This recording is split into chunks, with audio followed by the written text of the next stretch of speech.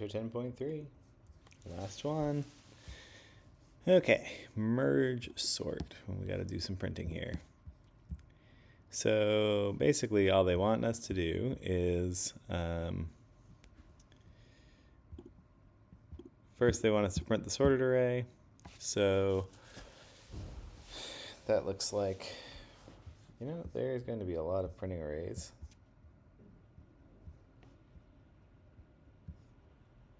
So I'm going to just add a method to do this. Public static void print array. Now you don't have to do this, but there's going to be a lot of printing of arrays. So we're going to bring in an array of integers, and I'm going to call that just ARR to be generic. And then we're going to do a print. I got to do a for loop. For int I, we're going to use an enhanced for loop because we're not changing anything. We'll call it, yeah, we'll just use I, although I is often indexed, so maybe it's a little confusing. We're going to print I and a space. There we go. And guess what? We're going to be doing a lot of print arrays. So for right now, I'm just going to print array.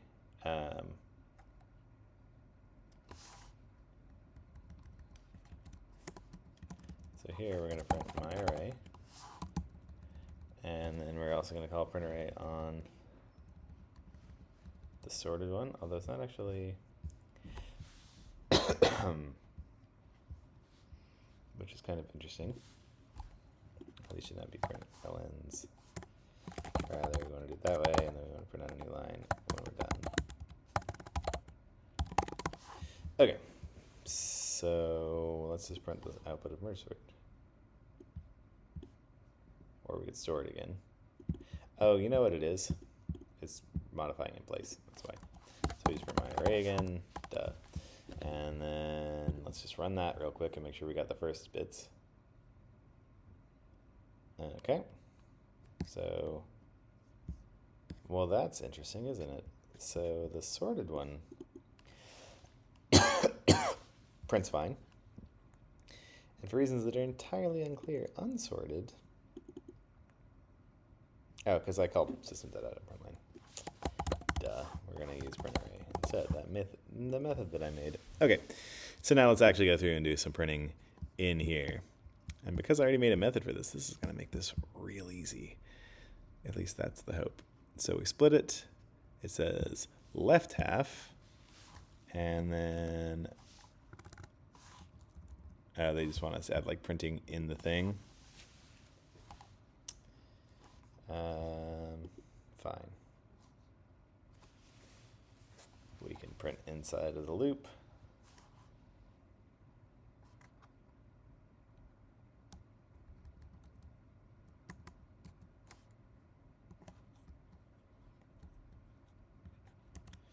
I'm just gonna do print array on the left. I mean, you could add a print line inside of the loop, but I'm not gonna bother with that.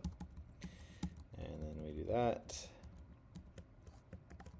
Unless I have to take out a print line, which maybe I could do this. So I'm gonna print array on the right. And then it calls merge sort recursively. Sorted so far. So then the current array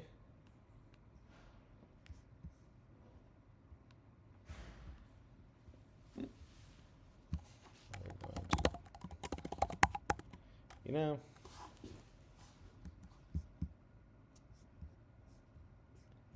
new plan.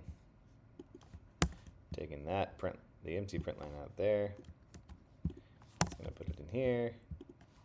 Put it here. Basically, I'm just manually doing the spacing. Probably because I already have these. Print there. And now we're just going to print array left, and then print array right, because they've been sorted. Let's try it, shall we? So we split it, sorted so far. Feel like we need some empty. We need a print line there.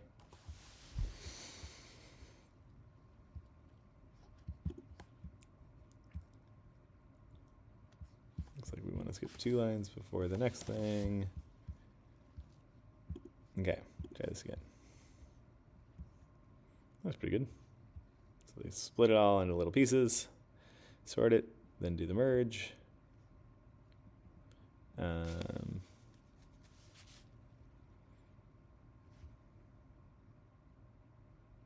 Hilariously, those don't look...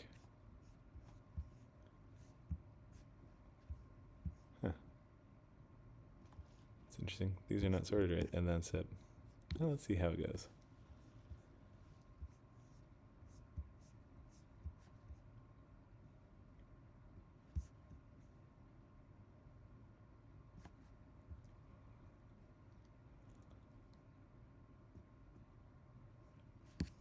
What is this current? Oh, I should be putting current, not left and right. Duh. This is making an awful lot of sense. Yep, that looks much better because current is the merged version. There we go. Okay. It even says print the current array. Gotta read. Reading is important. Okay, now we're going to do some benchmarking, and we're going to use system.currentTime in milliseconds. Ooh. Okay, well, that's going to come here. So the comments kind of walk us through what we're doing.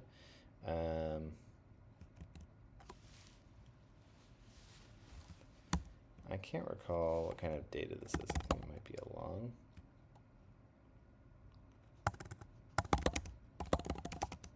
Maybe a long. We'll just call it an int, and we'll see if it... Oh, yeah, it is. Oh, they're already declared. Look at that. Start time and end time. I see them on line 7. Okay, we need to make a random array. Easy enough. We're going to go for... We just got to iterate through our array size that is given. And then we're going to take our test array at I, and we're supposed to randomly generate a value, but I don't know what our max value is. Yeah, okay, fine. We're going to just...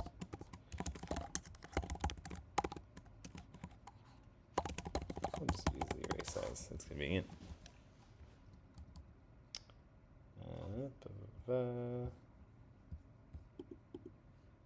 Random array. Make array. Record set start time. Got to use merge sort static method. So in our sorter class, there is a method called merge. Merge sort, where we put in the array. So we're gonna do sorter.merge on our test array with a length of the array size, and then we're going to get our end time using system.currentTime in milliseconds, and then we're going to do printing.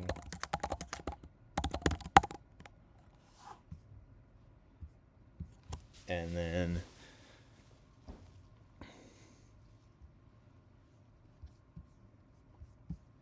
interesting. Oh, we're supposed to use their sorter methods. Wait, what? No, it's in the tester? Oh, never mind.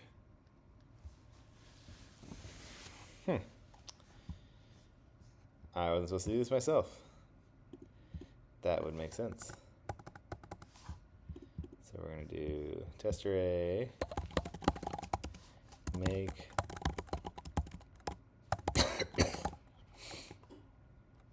random array, and this is the array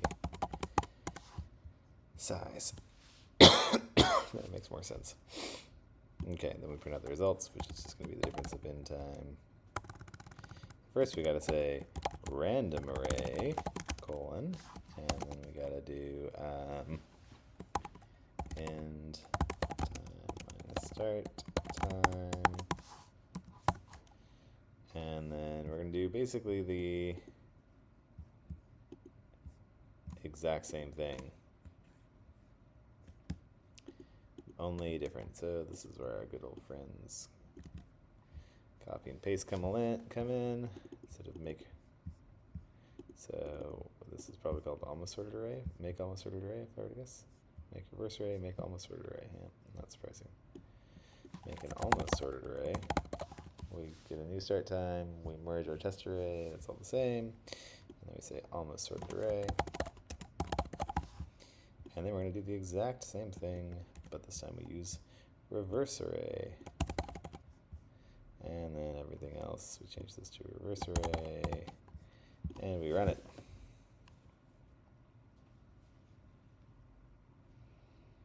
Doesn't like the fact that sorted up merge cannot be applied.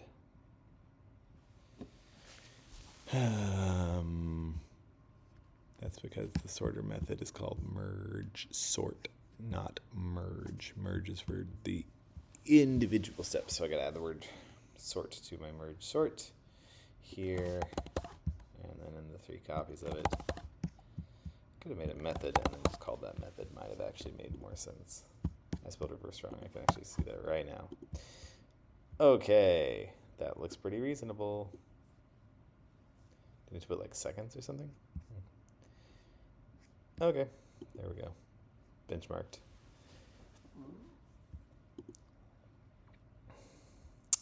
Recursive calls. Okay. We're going to make the num calls and add an incrementer. Okay.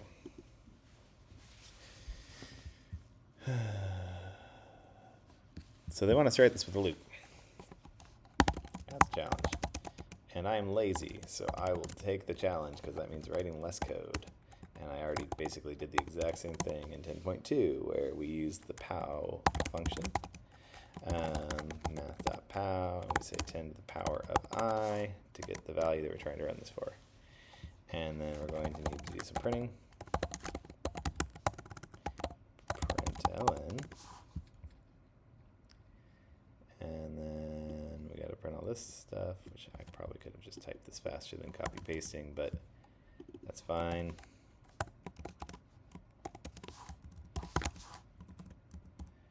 And then I got to put the actual value there.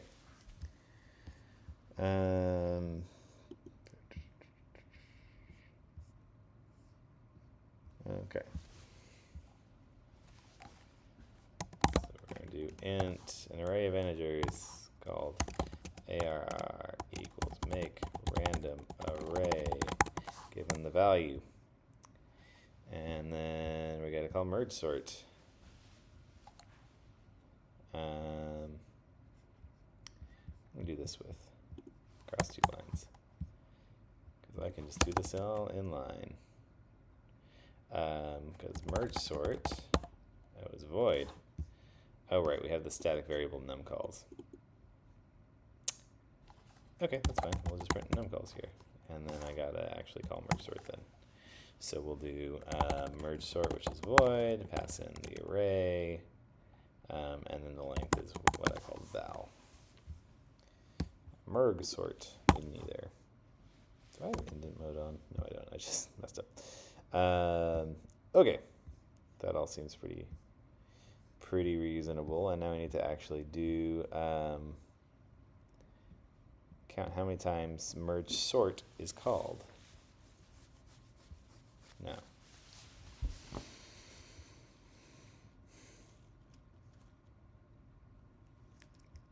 well, it is recursive, and it's going to call itself a lot. Okay, well, cool. So we're going to do num calls plus in here as like the first thing that happens whenever merge sort is called. And then before we, as our first thing in our for loop, we also have to zero out num calls so that we aren't counting previous runs through. And that seems pretty darn good. Static variables, man, this is cool use of it. Doesn't like the fact, this happened last time. So math.pow is a double function I'm using. I'm going to say, there it is right there. Math.pow takes doubles and returns a double. So if you don't want an error, you have to cast that to an int in this case. Or I guess val could be a double, but it'll throw errors out there. Okay, so it's calling the number of recursive calls. Those seem too big. No, that actually, because it's sorting the thing. There it is. Cool. That seemed pretty good. By the way, notice that this is just basically twice the number of elements minus 1 to sort an arbitrarily large list. That's cool. Okay, so one final exercise. Benchmark testing our sort methods. We're using the same stuff.